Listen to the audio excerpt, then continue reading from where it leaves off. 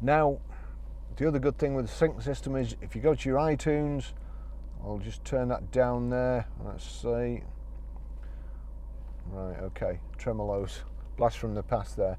If you just check there, sync is highlighted, there's a tick next to it. If it's not, then just touch it, and over here to auxiliary,